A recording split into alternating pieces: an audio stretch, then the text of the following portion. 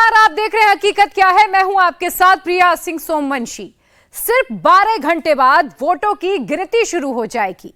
24 घंटे बाद देश को यह पता चल जाएगा कि प्रधानमंत्री कौन होगा। 99.99% ये कंफर्म माना जा रहा है कि नरेंद्र मोदी हैट्रिक लगाने जा रहे हैं और वो तीसरी बार प्रधानमंत्री बनेंगे। बस अब एक ही सवाल बचा है कि बीजेपी 300, 350 या फिर 400 पार होगी या नहीं। हिंदुस्तान में लगातार 3 चुनाव जीतने वाला प्रधानमंत्री 62 साल में कोई नहीं हुआ है। जो काम इंदिरा नहीं कर पाई, अटल नहीं कर पाए, राजीव गांधी नहीं कर पाए, वो मोदी कैसे कर ले रहे हैं। 400 नंबर कैसे मोदी लाएंगे? क्या इंडी गठबंधन वाले पचा पाएंगे? इसका सटीक विश्लेषण इस रिपोर्ट में देखिए। मोदी को 400 सीट के लिए कितने वोट चाहिए? राहुल गांधी को 295 के लिए कितने वोट चाहिए? कौन टारगेट के करीब और कौन टारगेट से दूर है? 4 जून से पहले देश में 2 तरह के साउंड सुनाई दे रहे हैं, एक 400 पार का और दूसरा 295 का। अब सवाल है कौन सा साउंड 4 जून को सटीक और सच्चा साबित होगा। बड़ा आंकड़ा 400 का है, लिहाजा पहले इसी आंकड़े को कसौटी पर कसते हैं। 1984 में राजीव गांधी ने 414 सीट हासिल की थी। तब कांग्रेस का वोट शेयर 46.86% आया था। इंडिया टीवी सीएनएक्स के एग्जिट पोल के मुताबिक इस बार एनडीए का वोट शेयर 46% के करीब आ सकता है। मतलब 1984 में कांग्रेस के वोट शेयर से सिर्फ 0.86% कम। तब कांग्रेस का वोट शेयर 4.17% बढ़ा था। इस बार एनडीए का वोट शेयर 1% बढ़ रहा है। इस डेटा के हिसाब से मोदी 2019 के आंकड़े से पीछे नहीं जा सकते, मतलब आगे बढ़ रहे हैं। अब देश की एक और बड़ी एजेंसी सीएसडीएस की कसौटी पर मोदी के 400 पार के दावे को परखते हैं। सीएसडीएस के मुताबिक इस बार बीजेपी को 40% और अलायंस पार्टनर्स को 6% का वोट मिल सकता है। 2019 के मुकाबले इस बार बीजेपी के वोट शेयर में 2.2% की बढ़त हो रही है, जबकि अलायंस पार्टनर के वोट शेयर में 1.5% की गिरावट हो रही है। अगर सीएसडीएस के आंकड़े को ओवरऑल देखें तो एनडीए को 2019 के मुकाबले 1.1% की बढ़त मिल रही है। मतलब सीएसडीएस के आंकड़ों में भी एनडीए 2019 की टैली से पीछे नहीं जा सकता। उसे ज्यादा सीटें मिलने की पूरी गुंजाइश दिखाई दे रही है।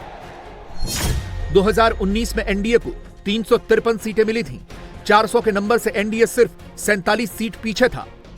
सीएसडीएस और सीएनएक्स दोनों के डेटा एक ही बात बता रहे हैं कि मोदी का वोट शेयर बढ़ रहा है। इसका मतलब है सीटें कम नहीं हो रही, बढ़ जरूर सकती हैं। बस सवाल इतना है कि क्या एनडीए की सीटें 47 बढ़कर 400 हो रही हैं या कुछ कम। इलेक्टोरल प्रोसेस को लेकर कांग्रेस की परेशानी समझी जा सकती है। जब से वोटर आईडी कार्ड आए हैं उसके बाद कांग्रेस को कभी क्लियर मेजॉरिटी नहीं मिली। जब से सीसीटीवी फुटेज पूरी 100 टाइम्स सर्विलेंस रहती है, कांग्रेस को कभी मेजॉरिटी नहीं मिली। जब से इलेक्टोरल वायलेंस खत्म हुई है तब से कांग्रेस को कभी क्लियर मेजॉरिटी नहीं मिली। आपका दर्द हम समझ सकते हैं। Be ready to gracefully accept the defeat rather than demean the dignity of democracy. अब राहुल गांधी के 295 वाले आंकड़े को देखते हैं, क्या वो इसे हासिल कर सकते हैं?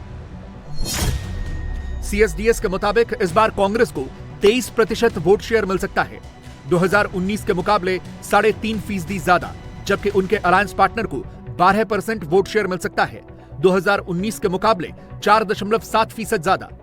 इंडी अलायंस को टोटल 35% वोट शेयर हासिल हो सकता है, जो 2019 के मुकाबले 8.2% ज्यादा है। इससे इंडी अलायंस की कितनी सीटें और बढ़ सकती हैं? 2019 में कांग्रेस को 52 सीट और अलायंस को मिलाकर 91 सीट मिली थी। 295 का टारगेट पूरा करने के लिए इंडी अलायंस को 204 सीटें और बढ़ानी है, मतलब 2019 के मुकाबले डबल से 22 सीट ज्यादा। अब बड़ा सवाल है कि क्या करीब 8% वोट शेयर बढ़ाकर कोई गठबंधन अपनी सीटें डबल कर सकता है, वो भी इस सूरत में जब विरोधी गठबंधन का वोट शेयर कम होने के बजाय बढ़ रहा है। क्या इसीलिए Sonia Gandhi wait and watch की बात कर रही हैं? Madam, what is the expectation from tomorrow result? We have to wait. Just wait and see. Hopeful you are to form the government, ma'am. Well, we are very hopeful that our results are completely the opposite of what the exit poll is saying.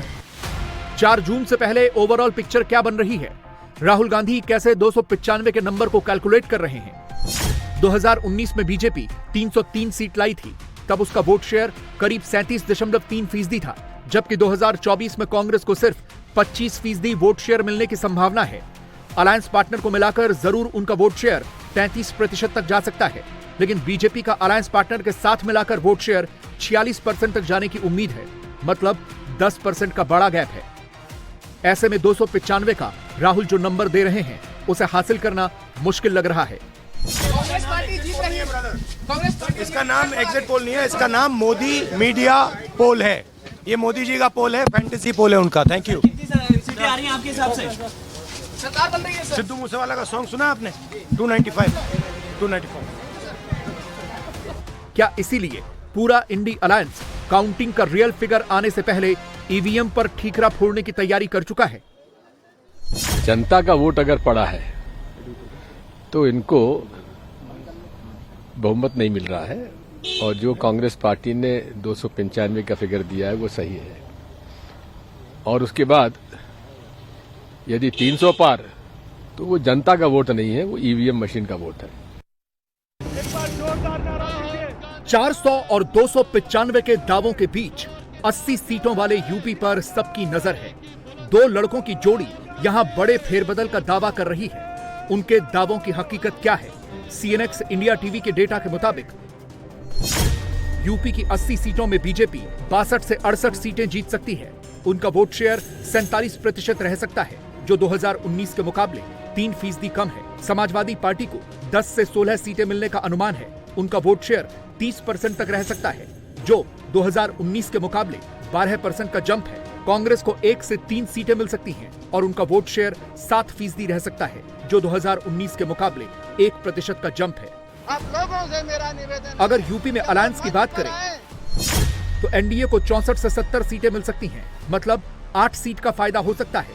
INDI alliance को 10 से 16 seat मिल सकती है, यानी करीब 4 से 10 seat का फायदा हो सकता है। यूपी में दोनों अलायंस अगर फायदे में दिख रहे हैं तो घाटा किसे हो रहा है? मायावती की बीएसपी ने पिछली बार 10 सीटें जीती थी, इस बार उन्हें 0 का अनुमान है। उनका वोट शेयर 8% रहने का अनुमान है। हाथी को 2019 के मुकाबले 11% वोट का घाटा होने का अंदाजा है।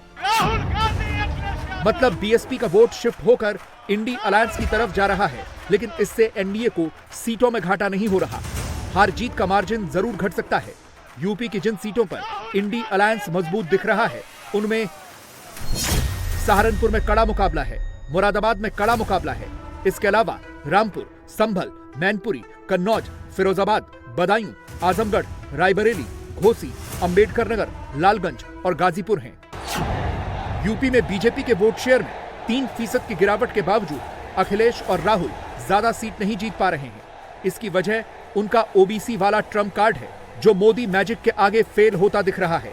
गैर यादव, ओबीसी कुर्मी, कुशवाहा, निषाद और राजभर अब भी मोदी के साथ हैं। इसी वजह से अखिलेश सीटों का कैलकुलेशन बिगड़ते देख सिस्टम पर अभी से ठीकरा फोड़ने में लग गए हैं। वो माहौल बना रहे हैं, विपक्ष के लोगों को डराना चाहते हैं। ये राजनीति इनकी पहले से रही है और इसी तरह करते आए हैं, लेकिन इस बार जनता भी तैयार है और इस देश का नौजवान से लेकर के हर वर्ग के लोग तैयार हैं कि उन्हें अपने मतदान किए हुए की रक्षा करनी है। एजेंट जो मौके पर रहेंगे उनको भी सुरक्षा का इंतजाम इलेक्शन कमीशन करेगा, क्योंकि जब भारतीय जनता पार्टी कमजोर दिखेगी, हार की तरफ जाएगी, तो शासन प्रशासन उनका है। उनकी कोशिश होगी कि एजेंटों को भी डराएं धमकाएं। यूपी पुलिस ने काउंटिंग सेंटर में गुंडागर्दी और अराजकता फैलाने वालों से निपटने के लिए कड़े इंतजाम किए हैं। काउंटिंग सेंटर पर 3 स्तरीय सिक्योरिटी का इंतजाम किया गया है। जो गड़बड़ी और हंगामा करेंगे, उनका मुकम्मल इलाज की तैयारी यूपी पुलिस ने की है। भारतीय निर्वाचन आयोग के जो भी निर्देश हैं, उसके हिसाब से ही फोर्स का व्यवस्थापन किया गया है। फोर्स का व्यवस्थापन त्रिस्तरीय है। जो इनर मोस्ट घेरा होगा वो जो केंद्रीय सुरक्षा बल प्रदत्त की गई है उसके द्वारा किया जाएगा। मध्यम घेरा पीएसी के द्वारा लैस होगा तथा आउटर मोस्ट जो घेरा होगा वो स्थानीय पुलिस के द्वारा मैन किया जाएगा। हम लोगों ने कुछ क्यूआरटी भी लगाए हैं, एंटी राइट इक्विपमेंट्स भी लगाए हैं। सीसीटीवी कैमरा का जो आने जाने के रास्ते हैं वहां भी सीसीटीवी लगाई गई हैं। यूपी के बाद सियासी मैप में सबसे बड़ा स्टेक बिहार में लगा है। लोकसभा की 40 सीट में से बीजेपी 17 सीट जीत सकती है। उसे 23% वोट मिल सकते हैं। वोट शेयर में 1% का घाटा होने का अनुमान है। सीटों में कोई नुकसान नहीं हो रहा। बीजेपी के अलायंस पार्टनर जेडीयू को 11 से 13 सीटें मिल सकती हैं और उसे 19% वोट मिल सकते हैं। वोट शेयर में 3% का नुकसान हो सकता है। सीटों में 2 से 4 सीट का नुकसान हो सकता है। बीजेपी के एक और अलायंस पार्टनर एलजेपी रामविलास को 3 से 4 सीट मिल सकती हैं। उन्हें 2 से 3 सीट का घाटा होने का अनुमान है। आरजेडी को 3 से 5 सीटें मिलने का अनुमान है। उसे 18% वोट मिल सकते हैं। 2019 के मुकाबले 2% का फायदा दिख रहा है। कांग्रेस को 2 सीट मिल सकती हैं। उसे 1 सीट का फायदा है। कांग्रेस का वोट शेयर 9% रहने का अनुमान है, यानी 1% का फायदा है। बिहार में बीजेपी के लिए नीतीश कुमार कमजोर कड़ी साबित हो रहे हैं। लिहाजा 2019 में 39 सीट जीतने वाली एनडीए को इस बार कुछ सीटों का घाटा हो सकता है। हालांकि जहां भी इंडी अलायंस मजबूत दिख रहा है वहां कांटे की टक्कर है। इनमें कटिहार, जहानाबाद, किशनगंज, बांका और वैशाली की सीट है। लेकिन चुनाव आयोग की निष्पक्षता पर सवाल उठाने और 2019 में 0 पर आउट होने वाली लालू की पार्टी अब भी बड़े बड़े हवाई दावे कर रही है। 17C फॉर्म आप सब जानते हैं। कई कैंडिडेट्स को 17C फॉर्म नहीं दिया गया। ये बात हमने चुनाव आयोग में भी कही है कि नहीं दिया गया 17C। ये महत्वपूर्ण आंकड़ा होता है कि उस बूथ पर चुनाव की समाप्ति के पश्चात कितने वोट पड़े और उस पर सबके हस्ताक्षर होते हैं। उससे ज्यादा प्रामाणिक कुछ भी नहीं होता है। अगर वो प्रामाणिक दस्तावेज उपलब्ध नहीं कराया गया है हजारों बूथों पर, तो जब मतगणना शुरू हो स्ट्रांग रूम से कंट्रोल यूनिट और बैलेट यूनिट को बाहर लाया जाए। या तो आप उसकी तस्वीर खींचने की इजाजत दीजिए या उस वक्त आप वो फॉर्म प्रपत्र मुहैया कराइए। हिंदी पट्टी में इंडी के लिए 295 तक जाने का दरवाजा मध्य प्रदेश में पूरी तरह से बंद होता दिख रहा है। मध्य प्रदेश में 29 सीटें हैं। बीजेपी 29 सीटों पर जीत सकती है। उसे 60% वोट मिल सकते हैं, जो 2019 से करीब 1.5% ज्यादा है। जबकि कांग्रेस छिंदवाड़ा का गढ़ भी गंवा सकती है। उसे 32% वोट मिल सकते हैं, जो 2019 से करीब 3% कम है। एमपी में जिन सीटों पर बीजेपी कांग्रेस में टक्कर है वो मांडला, छिंदवाड़ा, राजगढ़ और सतना की सीटें हैं। ज्योतिरादित्य सिंधिया का दावा है कि बीजेपी 100% स्ट्राइक रेट से खेली है और नतीजे भी वैसे ही आएंगे। जिन लोगों के पास ना कोई एजेंडा, जिन लोगों के पास ना कोई समन्वय, जिन लोगों के पास ना कोई सिद्धांत, जिन लोगों के पास केवल स्वार्थ, वे सब के सब एक साथ हो गए एक व्यक्ति के विरुद्ध। लेकिन भूल गए कि उस एक व्यक्ति प्रधानमंत्री जी के रूप में उनके साथ 140 करोड़ देश की जनता एक साथ खड़ी हुई है। और अब आने वाले 4 तारीख को दूध का दूध और पानी का पानी होगा। 11 सीटों वाले छत्तीसगढ़ में इस बार बीजेपी क्लीन स्वीप कर सकती है। बीजेपी को 10 से 11 सीटें मिलने का अनुमान है। उसे 55% वोट शेयर मिल सकता है। कांग्रेस को 0 से 1 सीट मिल सकती है। उसे 40% वोट शेयर मिल सकता है। मोदी के 400 वाले रूट में बंगाल वो पड़ाव है जहां बीजेपी जबरदस्त उलटफेर करने में सफल होती दिख रही है। बंगाल में बीजेपी को 22 से 26 सीटें मिलने का अनुमान है। उसका वोट शेयर 44% तक जा सकता है, जो 2019 के मुकाबले 3.36% ज्यादा है। टीएमसी को 14 से 18 सीटें मिल सकती हैं और उसका वोट शेयर 41% रह सकता है। उसे 2019 के मुकाबले 2.69% का घाटा होने का अनुमान है। हालांकि कांग्रेस को 1 से 2 सीट मिल सकती है और उसका वोट शेयर 6% रहने का अनुमान है। ग्रेटर कोलकाता ममता का गढ़ है। पहली बार बीजेपी यहां सेंधमारी करती हुई दिखाई दे रही है, जबकि नॉर्थ बंगाल और साउथ बंगाल में बीजेपी जबरदस्त प्रदर्शन करती दिख रही है। महुआ मोइत्रा की सीट कृष्णानगर में बीजेपी उलटफेर करती नजर आ रही है। महाराष्ट्र में क्या राहुल को 295 का रूट मिल सकता है या मोदी 400 के रूट पर आगे बढ़ जाएंगे? यहां मराठा आंदोलन का फायदा क्या कांग्रेस उठाती दिख रही है? 48 सीटों वाले महाराष्ट्र में बीजेपी 18 से 22 सीट जीत सकती है। उसे 1 से 5 सीट के नुकसान का अनुमान है। कांग्रेस 4 से 6 सीट जीत सकती है। उसे 1 से 5 सीट के फायदे का अनुमान है। शिवसेना यूबीटी 9 से 13 सीट जीत सकती है। उसे 3 से 7 सीटों के फायदे का अनुमान है। एनसीपी शरद गुट को 4 से 5 सीटें मिल सकती हैं। उसे 1 सीट का फायदा हो सकता है। शिवसेना शिंदे गुट को 5 से 7 सीटें मिल सकती हैं। उन्हें 5 से 7 सीटों का नुकसान है। एनसीपी अजीत गुट को 1 से 3 सीट मिल सकती है। उसे फायदा हो सकता है। महाराष्ट्र में माना जा रहा था कि बीजेपी को बड़ा झटका लग सकता है, लेकिन ऐसा होता दिख नहीं रहा। यहां एनडीए को 45% वोट मिल सकते हैं। उसे 1.6% वोट का फायदा हो सकता है। इंडी अलायंस को 43% वोट मिल सकते हैं। उसे 2.9% का फायदा हो सकता है।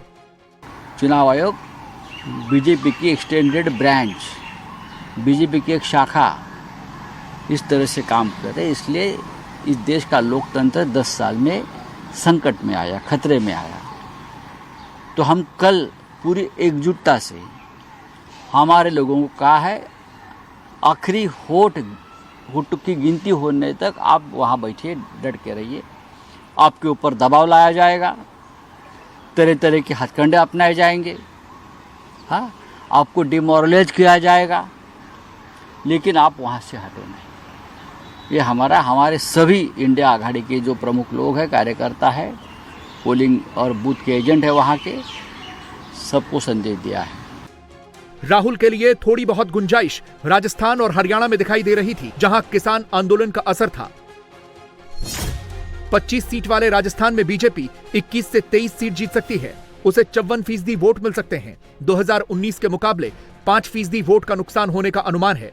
कांग्रेस को 2 से 4 सीटें मिल सकती हैं। उसे 39% वोट मिल सकते हैं। 2019 के मुकाबले 4.42% का फायदा दिख रहा है, लेकिन यहां बीजेपी और कांग्रेस में अब भी 15% का गैप है। लिहाजा राजस्थान में भी राहुल गांधी को बड़ा फायदा होता नहीं दिख रहा।